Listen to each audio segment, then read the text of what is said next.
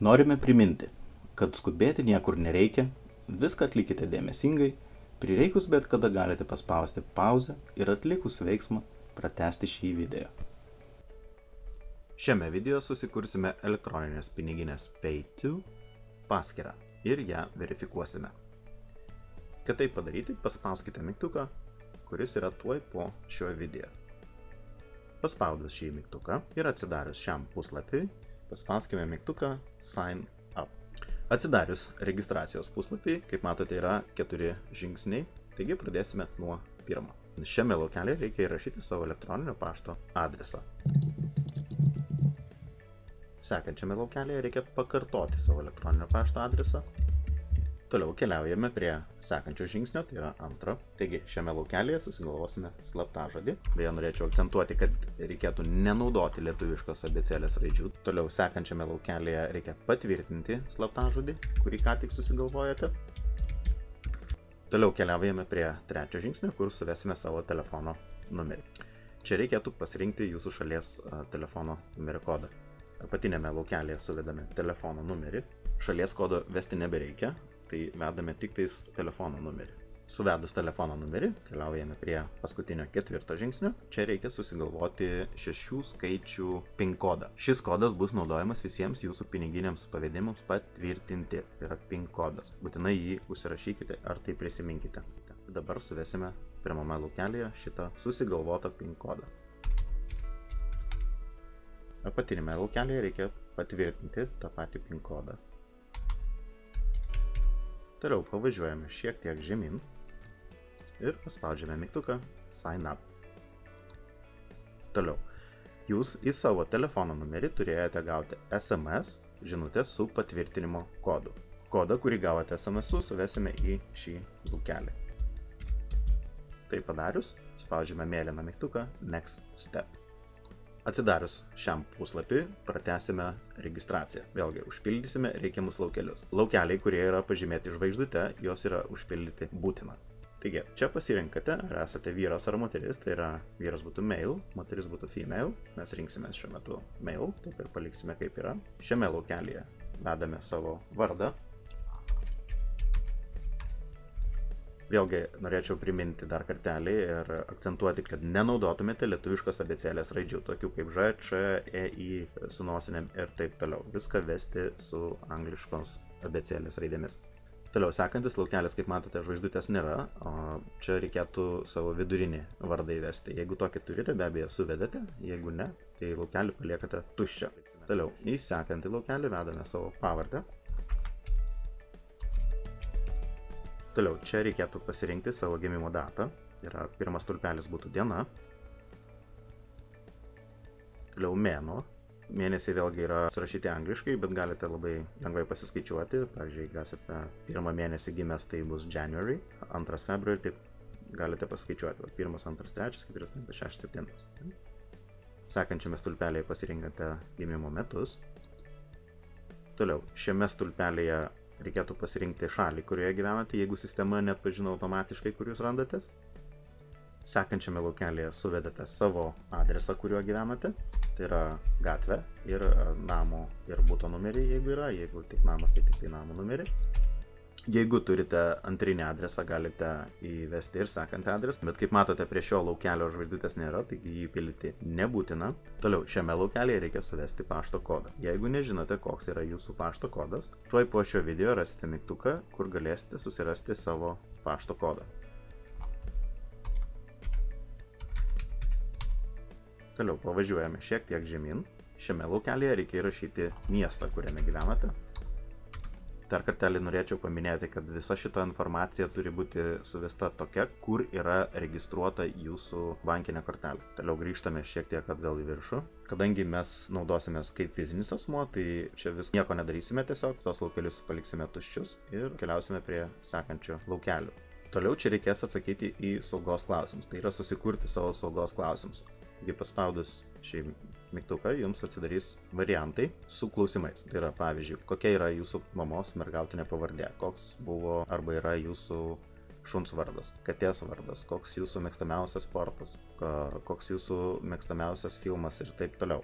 Čia šone matote vertimus į klausimus. Mes pridedame lentelę, ką kiekvienas klausimas reiškia lietuviškai. Taigi mes pasirinksime klausimą, koks šuns vardas. Šiame laukelėje įrašote į šio klausimo atsakymą. Nebūtinai jį prisiminkite. Toliau reikia pasirinkti antrą klausimą ir pateikti atsakymą į tą antrą klausimą. Vėlgi atsidarom lentelę, kaip matome tie patys klausimai, mes pasirinksime, koks yra katės vardas ir įrašysime atsakymą. Ir lygiai taip pat reikia padaryti su trečiu klausimu. Vėlgi ta pati lentelė, mes pasirinksime, kokia yra mėgstamiausia spalva ir įrašome atsakymą. Toliau pavažiuojame šiek tiek žemyn.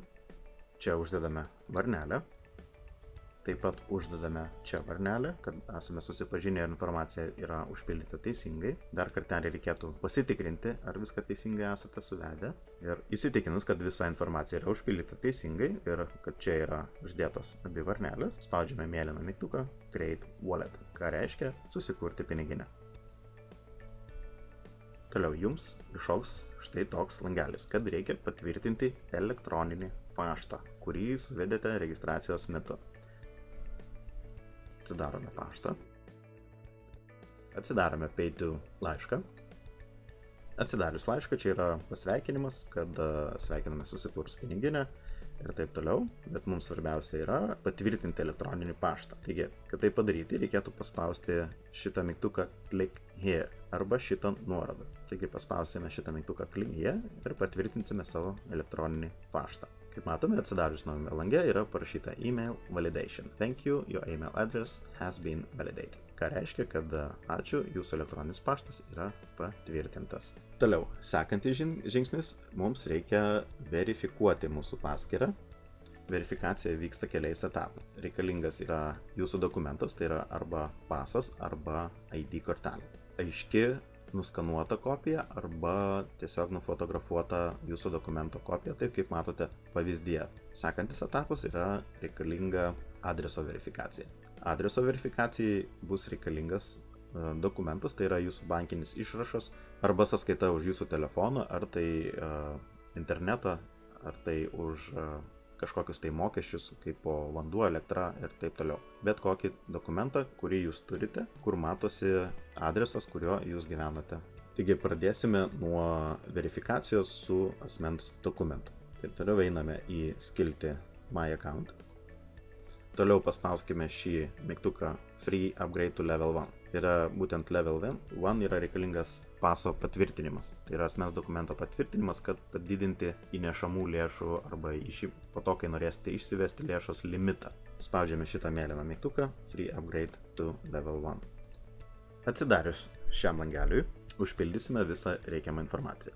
Taigi, pirmame laukelėje pasirenkame dokumentą, kokį kelsime, tai bus pasas.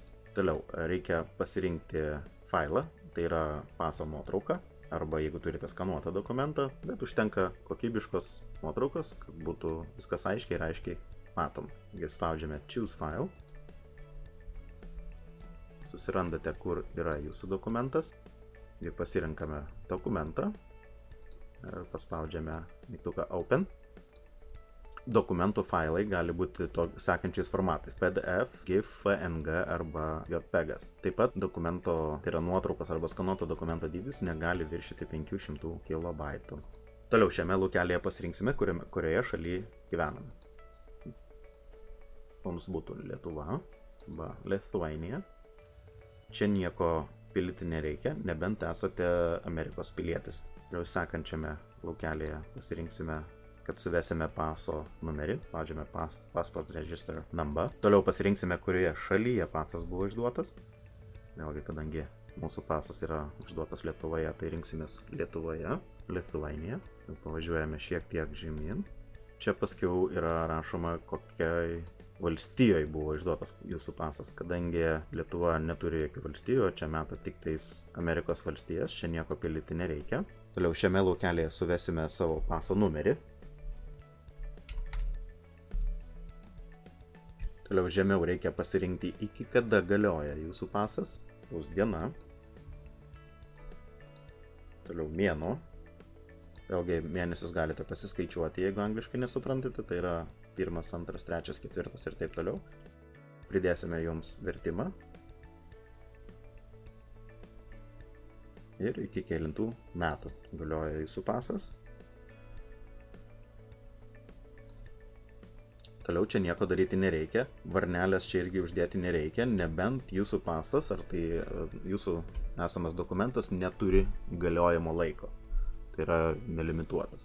Kadangi lietuviški visi pasai turi limituotą laiką ir jų galiojimo laikas kažkada tai baigėsi, čia reikėtų nieko nedaryti ir palikti taip, kaip yra.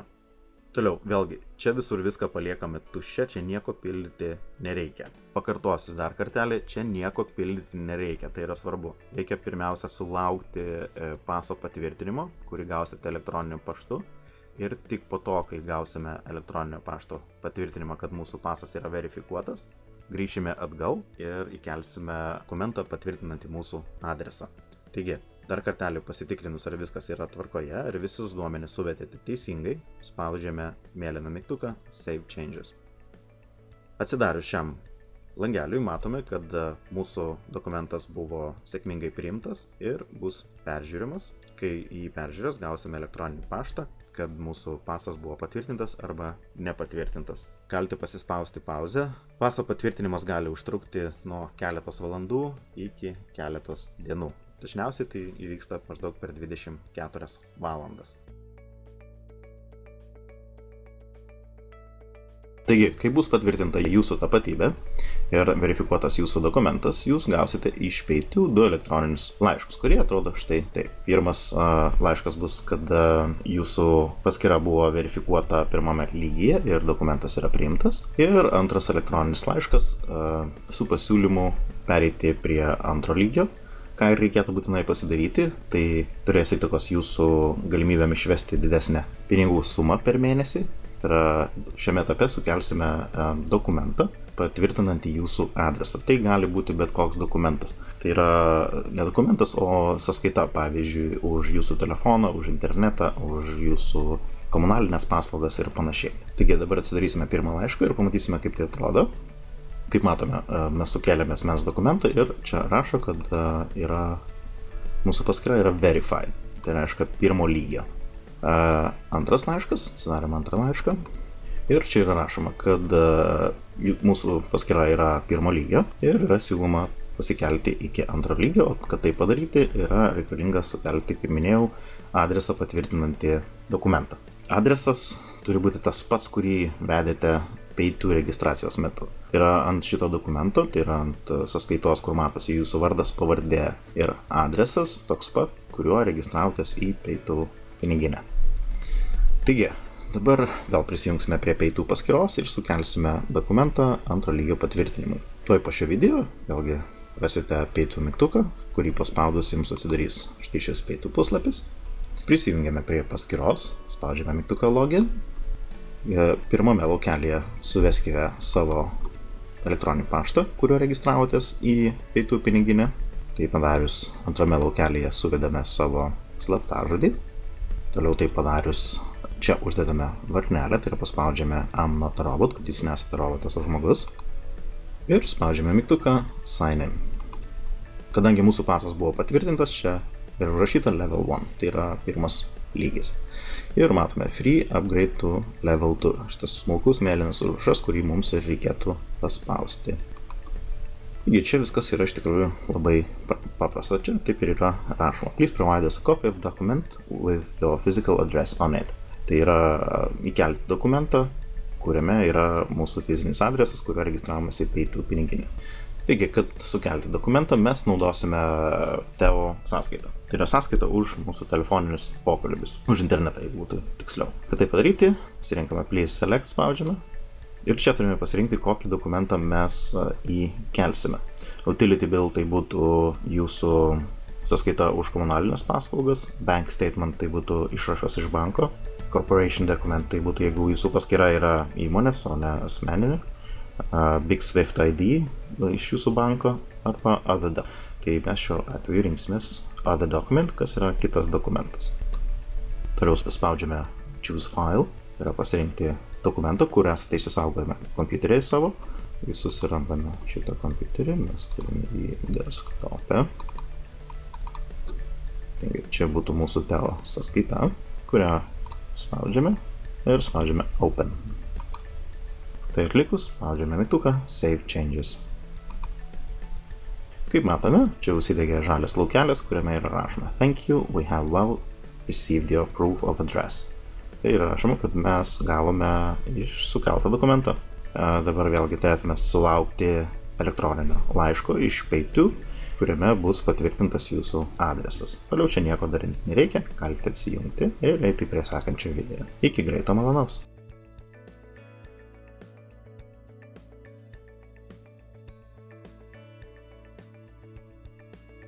Sveiki visi dar kartelį, taigi praėjo savaitėlę laiko ir mes gavome elektroninį laišką iš Pay2, kurie atrodo taip. Ir čia yra parašyta, kad mūsų verifikacija, antro lygio verifikacija praėjo sėkmingai ir dokumentas, kurį mes išsiuntėme, buvo verifikuotas ir mūsų Pay2 paskyra dabar yra antro lygio. Tai yra, jeigu paminite, išsiuntėme dokumentą patvirtinantį adresą. Taigi dabar atsidarysime šios du laiškus, kurie atkeliavo iš Pay2 ir pažiūrėsime, ką čia rašo. Taigi pirmame laiške taip ir rašo, sveiki, mums yra malonu informuoti, kad jūsų paskyra Pay2 yra antro lygio. Grįžime atgal ir antrame laiške rašo taip pat, kad reziumuojant visus šitos parašymus, gaunasi, kad paskyra yra patvirtinta. Tai yra dokumento priėmimas patvirtintas ir viskas yra aktyvuota. Dabar prisijungsime prie Pay2 paskyros savo ir pasižiūrėsime, ar iš tikrųjų taip yra, kad mūsų paskyra yra antro lygio. Kad tai padaryti, tuoj po šio video kaip visada rasite mygtuką, kurį paspaudus jums atsidarys Pay2 prisijungimo puslapis. Einame į dešinį viršutinį kampą ir spaudžiame mygtuką Login. Ir pirmame laukelėje suvedus elektroninį paštą, pirmame laukelėje, antrame suvedame savo slaptažodį. Tai padarius, čia uždedame varnelę, kad esate ne robotas. Jeigu atsidarys langelis su paveiksliukais, pasirinkite paveiksliukus, kurios prašo pasirinkti, kaip ir visada, ir spaudžiate mygtuką Sign in. Taigi, kaip matome, čia kairiau matosi, kad yra parašyta, kad mūsų paskyra yra antro lygio, tai yra level 2. Ką tai duoda? Tai duoda, kad jūs per mėnesį galite nuo šiol išsigryninti piniginių operacijų atlikti ir išsigryninti pinigų $10 000 per mėnesį. Taigi, čia daugiau nieko daryti nereikia, gero naudojimo ir iki greito malonaus. Neužmirškite prisijungti prie mūsų Facebook grupės, kur mes visada pasiruošę jums patarti ir padėti visais jums iškilusiais klausimais. Iki greito malonaus.